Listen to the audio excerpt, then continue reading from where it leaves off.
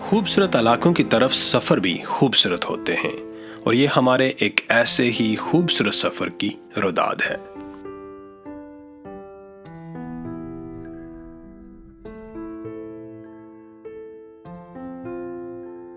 ہمارا یہ سفر بالاکوٹ سے شروع ہو کر وادی کاغان کی خوبصورتیوں کو سمیٹتا ہوا، چلاس کے پرکشش اور دل فریب نظاروں سے گزرتا ہوا گلگت کے بارونق بازار میں جا کر اختتام پذیر ہوتا ہے۔ گلگت بالتستان کی طرف جاتا ہوا راستہ نہایت ہی دل فریب مناظر سے بھرا پڑا ہے۔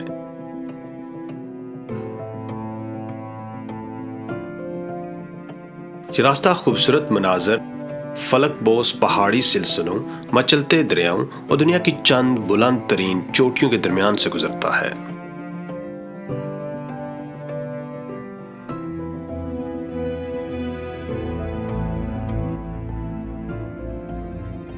گلگت کی طرف جاتی یہ سڑک کہیں سرسبز و شاداب اور پرفضا وادیوں سے گزرتی ہے تو کہیں سنگلاخ، خشک، بنجر، تپتے علاقوں میں بل کھاتی ہوئی اپنی منزل کی طرف دوڑتی چلی جاتی ہے۔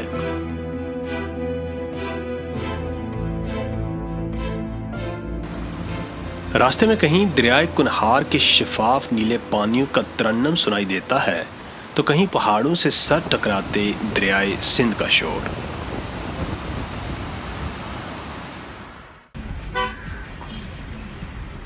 بالاکوٹ کا شہر کراس کرتے ہی کاغان کی خوبصورت وادی نے ہمیں اپنی آغوش میں لے لیا۔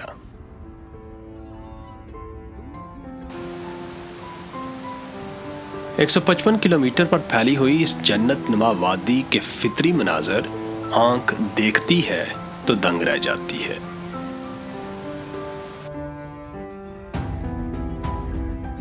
ناران کی طرف جانے والا یہ راستہ گزرنے والوں کو اپنی قدرتی خوبصورتی کے حصار میں جکڑے رکھتا ہے۔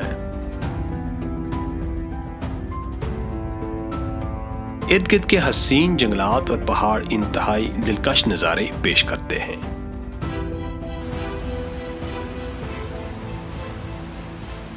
اسی وجہ سے تھکا دینے والی شہری زندگی سے تنگ، فطرت سے قربت کے خواہش مند سیاح اس علاقے کا شوق سے رخ کرتے ہیں۔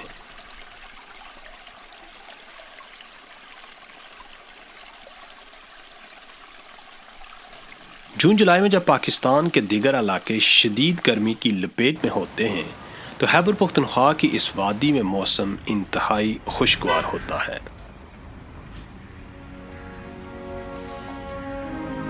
بالاکوٹ سے ناران تک کے سارے راستے میں دریائے کنہار سڑک کے ساتھ ساتھ بہتا چلا جاتا ہے۔ یہ خوبصورت دریا لولوسر جھیل سے اپنے سفر کا آغاز کرتا ہے اور میلوں تک تشنہ لبوں کی پیاس بجھاتا چلا جاتا ہے۔ سطح سمندر سے 2145 فٹ کی بلندی پر یہ وادی اپنے دامن میں زندگی کے حسین رنگ اور فطرت کے خوبصورت رنگ لیے ہوئے ہے۔ یہاں قدم قدم پر بکھرے ہوئے مظاہر فطرت دست قدرت کی عظیم مصوری پر دلالت کرتے ہوئے نظر آتے ہیں۔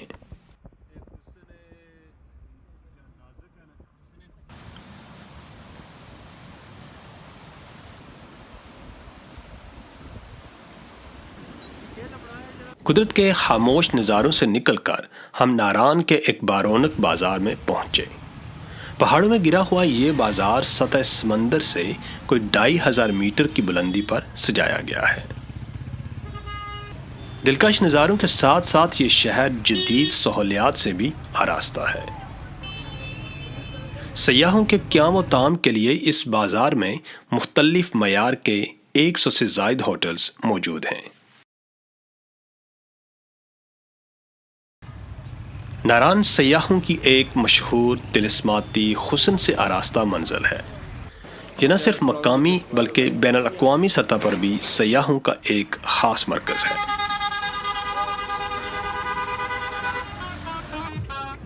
خیبر پختونخوا کی ثقافت کی عکاسی کرتی ہوئی مختلف اشیاء اس بازار میں فروخت کی جاتی ہیں۔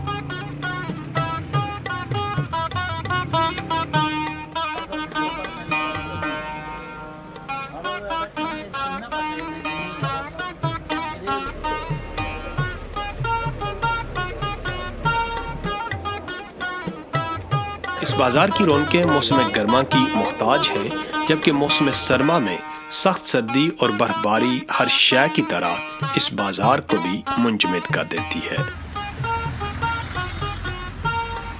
جھیل سیف الملوک اور یہاں کا سب سے اونچا پہاڑ ملکہ پربت ناران سے صرف چند کلومیٹر کے فاصلے پر واقع ہیں، جن تک دشوار گزار راستوں کے باعث ان مخصوص جیپوں کے ذریعے پہنچا جاتا ہے۔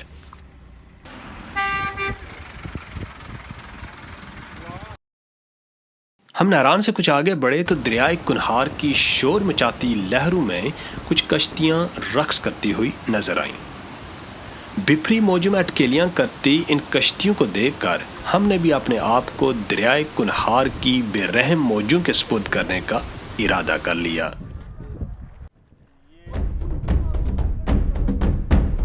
اس آبی کھیل کو رافٹنگ کہا جاتا ہے، جس میں ربڑ کی کشتیوں پر بیٹھ کر تیزی سے بہتے ہوئے دریا میں کشتی رانی کا شوق پورا کیا جاتا ہے۔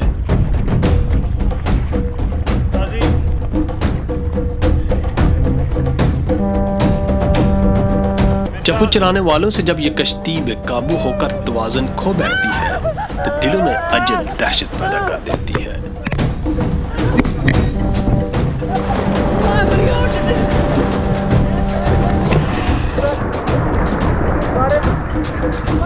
لیکن خطروں کو مول لینے والے سیاح اس کو ایڈونچر کہتے ہیں۔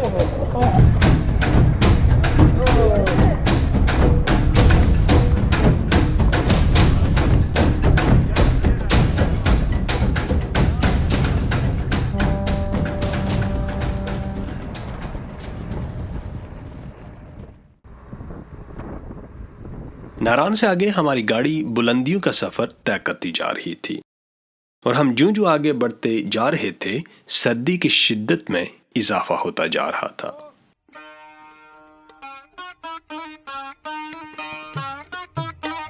جلکھڈ کی طرف آگے جاتا ہوا یہ راستہ اتنا دلکش ہے کہ اس پر سفر بھی ایک تفریح کی مانند محسوس ہوتا ہے۔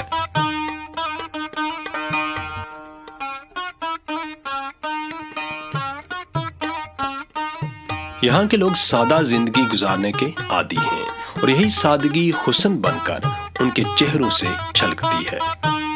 پہاڑوں کی کوکھ میں پلنے والے یہ سادہ لوگ دل کے خوبصورت، ملن نثار، محنتی، جفاکش اور مہمان نواز ہیں۔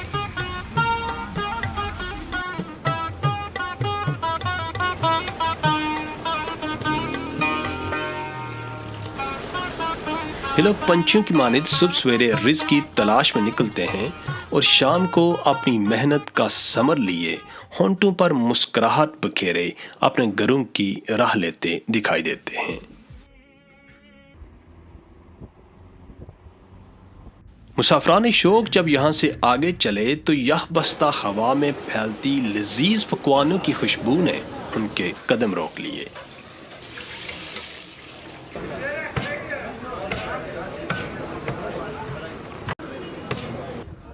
خیبر پختونخوا کے اس روایتی ریسٹورنٹ میں لگی چارپائیوں کے دلکش اور تاباں رنگوں نے پرانے وقتوں کی یاد تازہ کر دی۔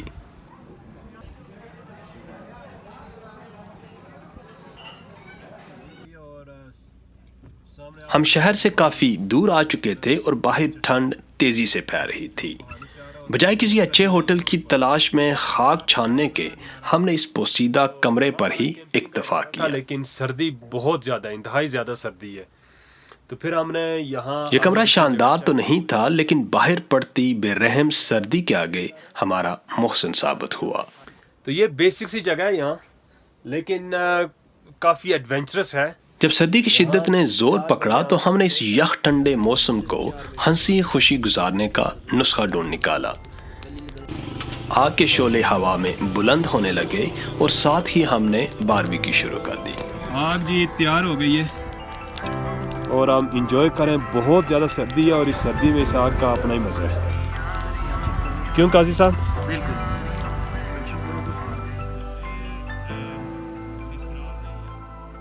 تھکے جسم، بڑے پیٹ اور اطمینان دل کے ساتھ ہم کس وقت نیند کی آغوش میں چلے گئے پتہ بھی نہ چلا۔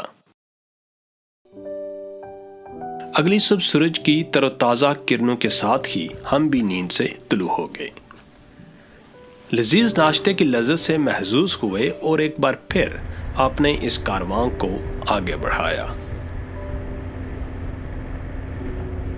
قدرت کی شان عظیم کا ایک اور شاہکار اب ہماری آنکھوں کے سامنے تھا، جھیل لولوسر۔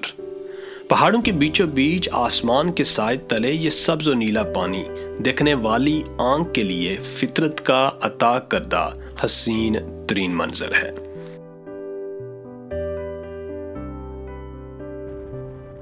عین شوق لیے ایک بار پھر ہم محو سفر ہوئے بابو سر درہ کی جانب۔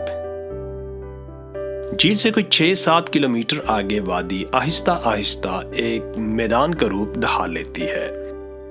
یہ خوبصورت سرسبز چراگاہ گٹی داس کہلاتی ہے۔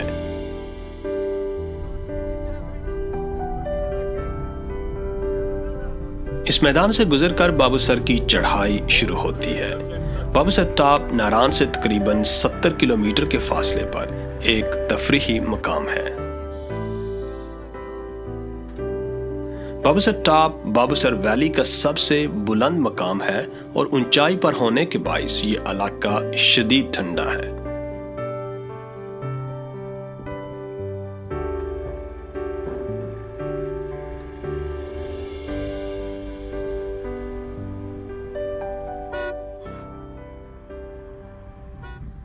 ہم سڑک پر آگے کی طرف بڑھے تو سڑک بل کھاتی گہرائی میں ڈوبتی محسوس ہوئی۔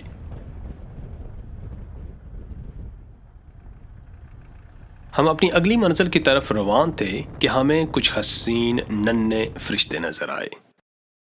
آپ کہاں سے آئے ہو؟ ہم آزاد کشمیر سے آئے ہیں۔ آزاد کشمیر کا نام سنا ہے کبھی؟ ہاں، کس طرف ہے؟ ہماری کتاب میں ہے۔ کون سی کتاب میں؟ معاشرتی علم۔ معاشرتی علوم میں ہے۔ اس کے ساتھ آئیو۔ ان ننھے بچوں سے کچھ دیر گفتگو کرنے کے بعد ہم چلاس کی طرف روانہ ہو گئے۔ چلاس بابو سر ٹاپ سے 40 کلومیٹر کے فاصلے پر ہزاروں فٹ نشیب میں اترتا وہ راستہ ہے جو مسافر کو شاہراہ قراقرم سے جوڑتا ہے۔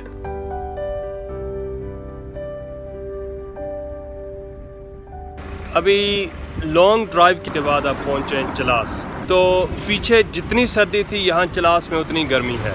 اب دیکھ سکتے ہیں یہ جو پیچھے پہاڑ ہیں، یہاں کوئی سبزہ نہیں ہے۔ چلاس موسم کے اعتبار سے ایک انتہائی گرم علاقہ ہے۔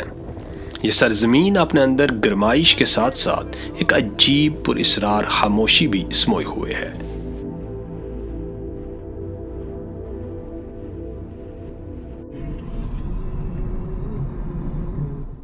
قدرت نے اپنے تخلیق کردہ موسموں کی بھی کیا شان ہمارے سامنے آشکار کی۔ ایک طرف وادی کاغان کی یخ بستہ سرزمین تو دوسری طرف چلاس کے انتہائی گرم اور تیکھے علاقے۔ درختوں سے لدے ہوئے سرسبز پہاڑوں کی جگہ اب ریتلے خشک بنجر پہاڑوں نے لے لی تھی اور مسافران شوق کا یہ مختصر قافلہ شاہراہ قراقرم کی ریشمی راہ گزر پر دوڑتا چلا جا رہا تھا۔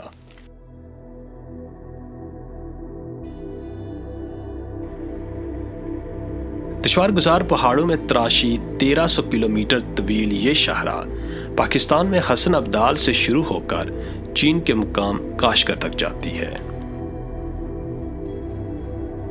یہ شاہراہ دنیا کی سب سے بلند ترین پختہ سڑک ہے جو انتہائی دشوار گزار اور خطرناک ترین راستوں پر تعمیر کی گئی ہے۔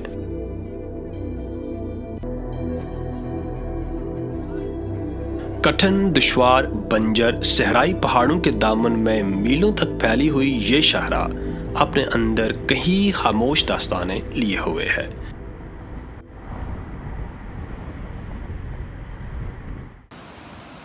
دریائے سندھ شاہراہ قراقرم کے ساتھ ساتھ بہتا ہے۔ دنیا بھر میں انڈس ریور کے نام سے پہچانا جانے والا یہ دریا تبت سے شروع ہو کر 3200 کلومیٹر کی طوالت میں کوئی 11,65,000 مربع کلومیٹر کے علاقے کو زندگی بخشتا ہے۔ تبت والے کہتے ہیں کہ یہ دریا شیر کے منہ سے نکلتا ہے، اس نسبت سے اسے شیر دریا بھی کہا جاتا ہے۔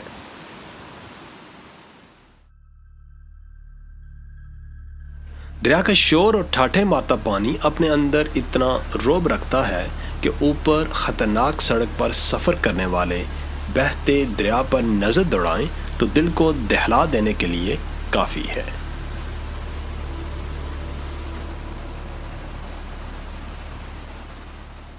ابھی ہم جگلوٹ سے گزر ہیں، تو جو پیچھے ہم نے سفر طے کیا ہے تقریباً 4-5-6 گھنٹے کا ایک بنجر پہاڑی سلسلہ ہے پورا۔ گلگت سے 45 کلومیٹر جنوب مشرق کی جانب ایک چھوٹا سا علاقہ ہے جسے جگلوٹ کہتے ہیں۔ یہ 3 پہاڑی سلسلوں کراکرم، ہندو کش اور ہمالیہ کے سنگم پر واقع ہے۔ یہ وہ مرکزی سنگم ہے جہاں سے گلگت اور سکردو کے علاقے الگ ہوتے ہیں۔